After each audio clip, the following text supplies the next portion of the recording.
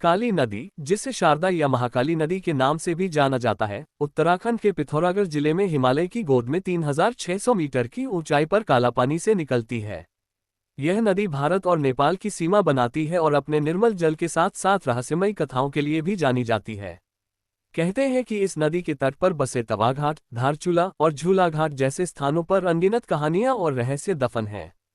ये कहानी एक ऐसे रहस्य की है जो काली नदी के उद्गम से लेकर इसके गंगा में मिलन तक फैला हुआ है। कहानी की शुरुआत होती है कालापानी गांव से, जहां काली नदी का उद्गम है। एक युवा पुरातत्ववेत्ता आरव को एक प्राचीन ताम्रपत्र मिलता है जिसमें लिखा है कि काली नदी का स्रोत केवल जल का स्रोत नहीं, बल्कि एक प्राचीन मंदिर से जुड़ा हुआ है जो काली माता को समर्पित है। इस मंदिर में एक रहस्यमयी रत्न छिपा है जिसे कालरत्न कहा जाता है। कथाओं के अनुसार ये रत्न समय और अंतरिक्ष को नियंत्रित करने की शक्ति रखता है। आरव अपनी सहयोगी और इतिहासकार माया के साथ इस रहस्य को सुझाने के लिए कालापानी की यात्रा पर निकलता है। लेकिन जैसे ही वे हिमालय की दुर्गम चोटियों पर पहुंचते हैं, उन्हें अजीब अजीब अनुभव होने लगते हैं। रात के समय नदी के किनारे से रहस्यमयी आवाजें आती हैं और स्थानीय लोग बताते हैं कि काली नदी की आत्मा रात में जागती है।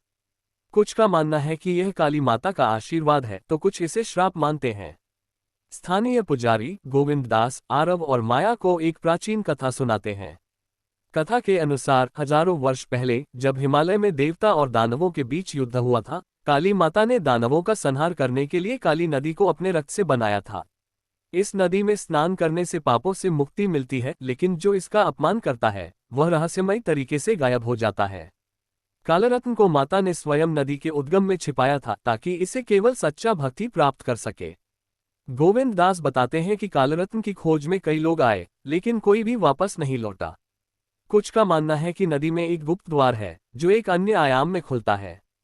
आरव और माया इस कथा को अंधविश्वास मानते हैं, लेकिन जब वे मंदिर की ओर बढ़ते हैं तो उन्हें प्राचीन शिलालेख मिलते हैं जिनमें नदी के गुप्त मार्गों और जादुई शक्तियों का उल्लेख है। आरव और माया को एक रहस्यमयी व्यक्ति कालभैरव मिलता है जो खुद को नदी का रक्षक बताता है। वह उन्हें चेतावनी देता है कि कालरत्न की खोज खतरनाक है और नदी की आत्मा उनकी परीक्षा लेगी। लेकिन आरव का वैज्ञानिक दिमाग और माया का इतिहास के प्रति जुनून उन्हें आगे बढ़ने के लिए प्रेरित करता है। वे नदी के किनारे किनारे धारचूला और झूला घाट की ओर बढ़ते हैं, जहां उन्हें प्राचीन गुफाएं और शिलालेख मिलते हैं जो कालरत्न के स्थान की ओर इशारा करते हैं। रास्ते में उन्हें एक अंतर्राष्ट्रीय गिरोह का सामना करना पड़ता है जो कालरत्न की तलाश में है। इस गिरोह का नेतृत्व एक रहस्यमयी व्यक्ति विक्रम सिंह करता है जो मानता है कि रत्न की शक्ति से वह दुनिया पर राज कर सकता है।